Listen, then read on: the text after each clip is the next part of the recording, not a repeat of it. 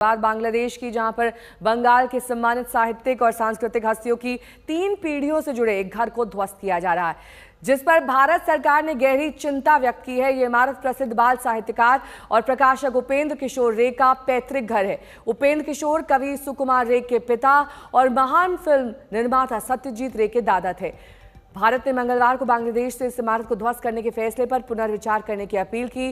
भारतीय विदेश मंत्रालय ने बांग्लादेश सरकार से कहा कि ये घर बंगाली सांस्कृतिक पुनर्जागरण से जुड़ा एक ऐतिहासिक स्थल है। इस इमारत का जीर्णोद्धार किया जा सकता है और इसे साझा विरासत का जश्न मनाने वाले एक साहित्य संग्रहालय में परिवर्तित किया जा सकता है। अनुपम मेरे सहयोगी जुड़ गए हैं।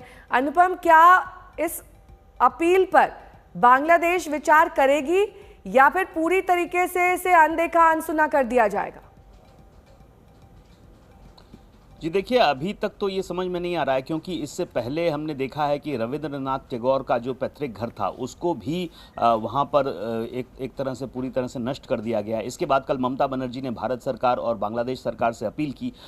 इस अपील के बाद भारत सरकार की ओर से बांग्लादेश को उस पुराने घर को जो एक साहित्यिक धरोहर माना जाता है उसको रिस्टोर करने की सहायता की पेशकश की है। अब ऐसे में डिमोलिशन का काम कल शुरू होने की बात थी, तो ऐसे में किस तरह से बांग्लादेश सरकार इसको ले रही है ये देखने वाली बात होगी। हालांकि ये एक बहुत ही जो साहित्य से जुड़े लोग हैं, ख़ास तौर पर सत्यजीत रे के दादाजी उपेंद्र किशोर की जो साहित्यिक उपलब्धियां हैं उनसे जुड़े जो लोग हैं और उनकी विरासत को जिन लोगों ने उस हिसाब से देखा है, उनके लिए ये बेहद ही सदमे जैसी स्थिति होगी अगर इस घर को धराशायी किया जाता है। तो अगर इसको रिस्टोर किया जाता है तो सिर्फ लोगों की भावनाएं आहत नहीं होंगी, बल्कि जो दोनों देशों के संबंध हैं वो भी और ज्यादा अच्छे होंगे।